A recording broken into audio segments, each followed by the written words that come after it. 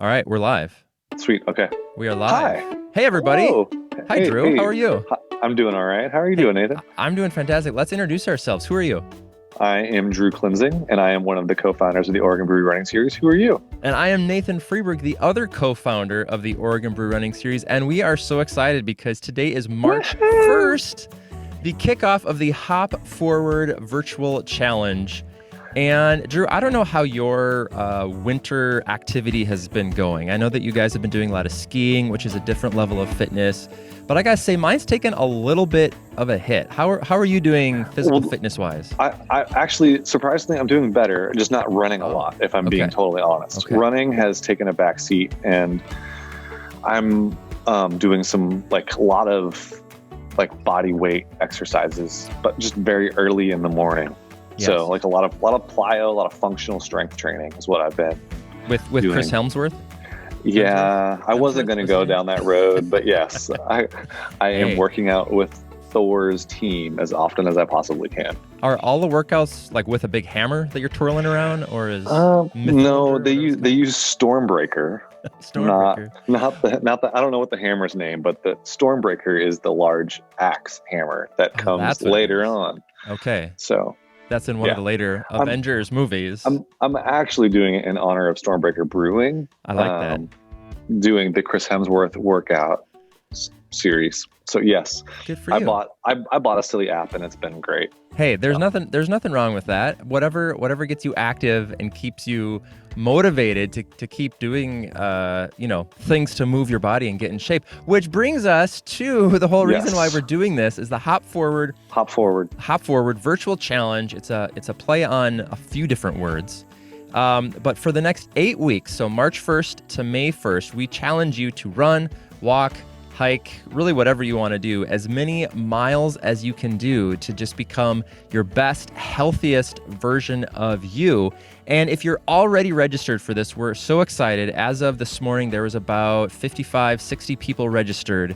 And that's great. We've taken a little bit of a break. The last 12 weeks, we were working with Providence Heart to Start program and did a program with them. And we thought, let's do this again. Let's get back to what we've been doing. Is this the 9th challenge we've done, Drew? I can't keep track, honestly. I don't know. But I meant to look it up. 9th or 10th, I guess, depending if we include the Providence stuff that we did. But if you're not registered, Drew and I wanted to take a couple minutes here to just go over what it is, what it's not, and talk about what's new and what's different. As I said, this is our 9th or 10th. And so for those of you who have done one of these challenges before, you're going to notice a lot of similarities and some new stuff. Yes, to start, it is a 2-month challenge. And what that means is you've got 2 months, 8 weeks, I think almost exactly, to set a goal and achieve that goal. Drew, have you set a goal yet? I don't know if you've. I did. I think I set a goal for 80 miles for the 2 months. Part of that is because I'm not running quite as much, so I'm hoping to get maybe 40 miles in. I unfortunately started yesterday, which I don't think I can technically count that towards my miles. But that's okay. But in the past, I've done 40 should be doable for me, as long as I just keep up on it. How about you? What's your goal? Well, so I set this goal when I was testing the page, and I put it at 200, but I'm going to lower that because I've been doing a lot more cycling and biking. We actually got a Peloton last fall, and I kind of made fun of my wife for 2 months, thinking it was dumb. Why would you want to go sit in the basement and ride a bike? And then I tried it around Thanksgiving, and I really like it. And so I'm alternating. I also feel like I've had these injuries, just problems that I need to just kind of take a little bit of a break from running. So I'm active every day, but so my miles on running are a little bit different. Also because we count walking, I usually get out for a walk with my kids a couple miles a day. And so I'm maybe I'll keep it around 200. I'll probably go down to about 150. But again, the biggest thing for me is just being active. My goal is just 30 to 60 minutes every day of some type of activity. So I find my mental clarity is better. I'm less irritated, or probably irritating as well with my family. So, but Drew, this isn't just about running and walking and setting a goal. We actually have kind of a trajectory, a purpose, something that we're aiming towards. So what is it all that we're working up here towards? before we go there, Oh, have yes. you ridden your Peloton with Joe Biden yet? Have you and Joe been in a class? I'm just kidding. Okay, so No, what that's a we're bunch of aiming malarkey. for. We don't have time for that malarkey. um, so yeah, so setting a goal, but we also want to end with the hope of working towards running maybe your first or maybe your fastest, but most definitely your most enjoyable 5K on May 1st. And here's something that's kind of exciting. We just officially found out as of about this morning that May 1 will be running at Chicha Brewing down in Salem, Oregon. So that just got set. So we're kind of excited about that. So that's kind of part of it. Isn't just doing these 2 months, but doing these 2 months with the purpose of going, hey, how quick could I maybe get through that 5K on May 1st? Yeah. And So go ahead. well, I wanted to re-emphasize that because we don't keep time at our events, and so we're not kind of changing our business model to be all about how fast you can do it. But we've just heard from more and more people that they're actually have done some of that during quarantine here, and it's kind of fun to like set a time and see like can I actually hit that goal. And so if that's not your thing, if you don't want to train, if you don't want to like be super focused on that, we actually have a an 8-week 5K training plan that I wrote with pro runner buddy of mine. You don't have to do any of that, but May 1st is also going to be our first in-person socially distant event of the year, right, Drew? Woohoo! Absolutely. We And hope. We hope. assuming nothing weird happens between now and then, that's the Right. plan. That it would Right. be the first event. So we would do it like if you did any of our events in the past in the fall, where you sign up for a time slot, and we'll send about 15 to 20 people off every 15 minutes. So it'll be similar as to what we've done in the past with our socially distanced events. So You don't really need to go into much detail, but I'm wondering if you just want to say another word about why we're not starting until May. I know I've gotten a handful of emails, people wondering, why aren't we just doing the same socially distant thing that we did in the fall? well, and part of it, so a big part of it is just trying to like give our breweries some space to figure out, like they've been through so many changes. So that's been one of the biggest things has been Hmm.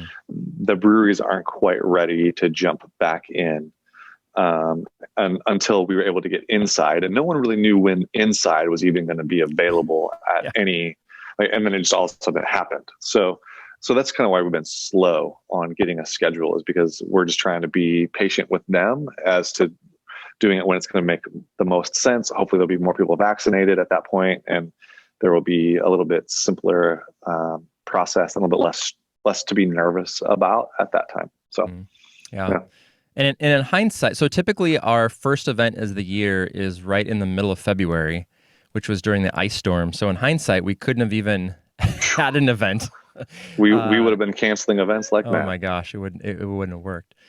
So what's new? It's a 2-month challenge. We're setting up not only to help you run a whole bunch of miles or walk a whole bunch of miles, but also work towards your first, fastest, or most fun 5K on May 1st. But we've also got some new swag. And Drew, you're kind Yeah. of becoming the swag. I was gonna say swag genie, but that's not quite right. Kind of the expert of finding swag and getting swag. Do you want to talk a little bit about that now? Or should we hold that till later? I think it's. No, we can talk about it now. Let's talk about it Just now. two quick things. I mean, one, like we feel like we're probably still going to be wearing face masks. So there's going to be a face mask that will be involved as one of the swag items.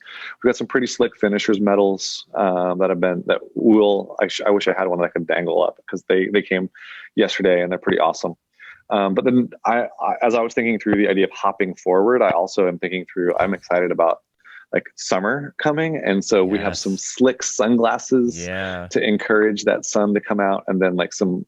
I know some of you are big fans of our past mugs, but we got some ceramic mugs that we had in the past. This ones are going to be metal, so it's like a metal camping mug type thing. Hmm. So it should be pretty cool. If you check out the page, we've got it all, so you can see the cool hop forward Yeah. stuff. So I yeah. thought you were going to say, going with the theme of hop, that everyone gets a bunny rabbit or something that they can take home as a pet. Well, I mean, we thought about working a bunny rabbit into the Wouldn't logo, that be but it fun? seemed a little interesting. Yeah. Like So many puns. Hop forward, like you said, spring. We're going to move forward into our hop next forward, hop level. forward Hop beers. forward beer. It's funny when I was trying to find like a hashtag to use for this. So it's hop forward BRS, because like hop forward and a few other iterations were like already taken by some obviously beer things and some random things too. But so we have. Oh, go ahead. Well, I was gonna say I mean, what else is going on here? So what else is the same? We got like that's kind Yeah. of what's different. What's new? What's the same? Like, tell us what to expect. Yeah, absolutely. So we're going to be using Strava again. So if you've done one of these with us before, you know exactly how it works. Just get a free Strava account, log your miles that way, and then we've got a slick page that integrates with that. And if you haven't, so this is a new same thing. So before, when you use Strava, you had to log in every time when you did your run or walk, and then you had to go to our page and log into it. Well, we've figured out some technology behind there, so you only have to do it the very first time, and then as long as you're still logged into Strava on your device, it will remember you. It doesn't take any that's nice. private data. So yeah, that's a really slick thing. So that's the same. We're also going to be we're going to do the virtual happy hours again. And that's sort of the same, but it's also a little bit different. We have tentatively 4 dates, and Drew's going to talk to us about, so March 8th, 29th, March 8th, March 29th, and then April 26th, April 12th and 26th. I messed that up. That was clear as mud. Let me start over. March 8th, March 29th, April 12th, and April 26th. And they're going to be slightly different than we've done in the past, right, Drew? What's kind of the focus of these? So kind of the thought behind this, because we're trying to make it also a little bit more about the beer than maybe we have in the past, is we're coordinating with a couple of our awesome breweries to do like a beer tasting, where we would be with one of the brewers or one of the owners of the brewery and sampling some of their beer, talking about it, and then encouraging you to also go snag some of that prior to, so that we can all sort of sample some of the same beer together. So just kind of try and make it a little bit more fun, connected, even where we're all having some of the same experience and even getting to enjoy some of the same beers. And so we'll stay tuned for more details. We'll let you know where to go and when to go to those places and who we'll be working with. So, just kind of try and make it a little bit of a different spin on that happy hour. Yeah, and it should be really fun. My wife and I did a virtual wine tasting a couple months ago.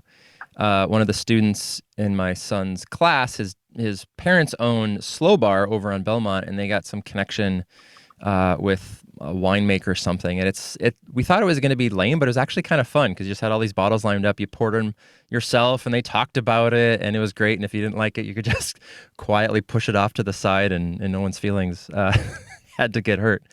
Something else that's the same is that we're going to be raising money again for the Oregon Food Bank. And I'm really excited about that because we've been working with them since, I believe it was June was the first time. Is that right? Or it might have been May. I think April was our first event last year. Yep. And then May, we started working with the Oregon Food Bank. And I'm going to get this number wrong, but maybe I'll pull it up right here. I want to say we've raised close to $6,000 or $7,000. And I say we, I mean you and all of our participants.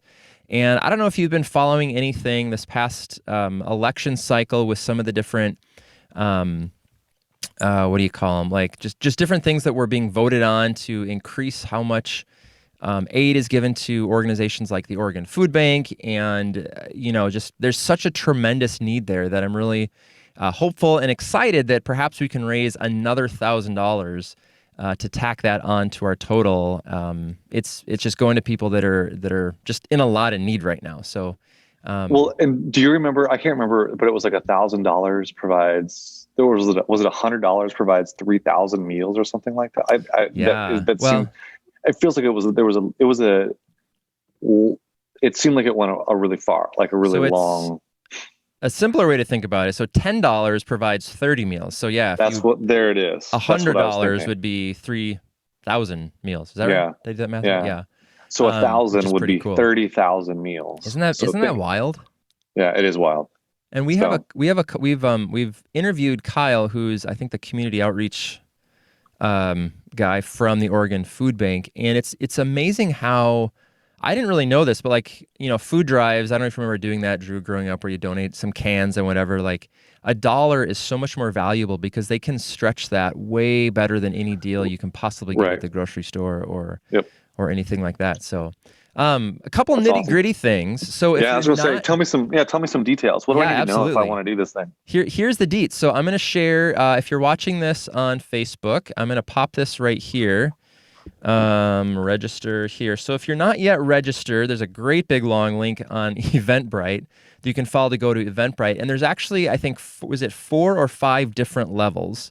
So there's a standard registration. So everybody gets training tool, the app, the whole community piece of it, and then the medal and a printable bib if you want to use that on some of your runs.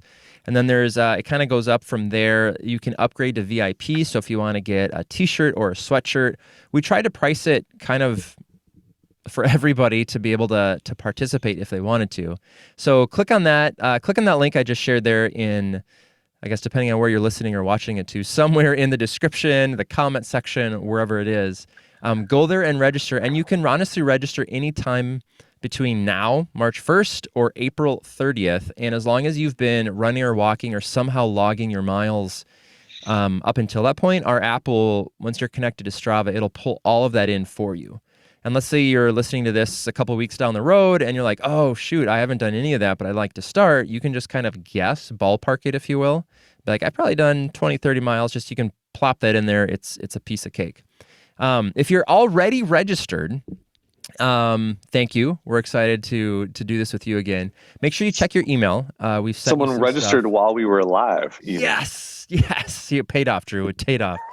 Cha-ching. I'm kidding. But if you watch your email, we'll send you all the information how to do this. It's pretty simple to set it up. There's a little welcome video. There's some other stuff on that webpage. It's great. Drew, what happens after May 1st? Like once the challenge is done, how do people get their goodies? What's that all about? Yeah, so we'll look back at your goal and we'll go, all right, so you signed up and you did it. You at least get the finisher's medal. And also, when you sign up, you should receive a slick little virtual race bib that you can make for yourself. And you can use however you might want to use. But then we'll look at how far did you get on your goal? Did you get 25% on your goal? If you got that, hopefully you did. You get a custom face mask. If you get 50% of your goal, you're going to get that face mask and a pair of the sunglasses. And then if you reach 100% of your goal, you get all of it, the custom face mask, sunglasses, and then also the metal camp mug. But just so you know, that doesn't include the t-shirt or sweatshirt. So if you want one of those things, those are add-ons and just a different ticket. Mm-hmm. So they're very comfy. They're very cozy. I'm wearing... Is this the same? It's basically that same t-shirt. Very soft, not that logo on it, but correct. Yeah, it's pretty slick. They're fantastic. They're great. So. And just a quick note about goals. In the past, some people have set them very low and then just blown right by them. I think there's some, I don't know, nervousness about not hitting that and getting all the goodies. Just we want you to try hard. We want you to set something that's a little bit of a stretch, and if you need to adjust it along the way, that's perfectly fine. But we're trying to motivate you, inspire you, encourage you, and just hopefully have a whole lot of fun along the way. Drew, what else? Is there anything else that is important, critical at this juncture? Well, I would say the only thing that I was thinking of was we want to see how you're doing. So make sure that you're taking pictures, tagging us on Instagram, Facebook. We want to see what's going on. And then also on Strava, get out there and encourage people. So yeah, use that hashtag. What was it? It was HopForwardBRS. HopForwardBRS, yeah. Or our other hashtags like hashtag ORBRS or hashtag RunForBeer, all of those things. We'd love to see how you're doing and what you're doing, and just kind of be a part of the community and encourage people along the way. So yeah, absolutely. And when you sign up, we ask for your, I think it's Instagram screen name, which you don't have to have. But this afternoon, I'm going to go through and try to follow everybody who's put that in there. So again, we can be a community kind of focused on becoming healthier and just feeling a lot better, being active, having fun, and giving back. So, yep. Well, sweet. Drew, I think that's all I have. That's all I got. Well, Drew, thank you so much. We will talk to you later. And thank you, everyone, for watching and listening. And until we meet again, be active, have fun, and give back. Cheers.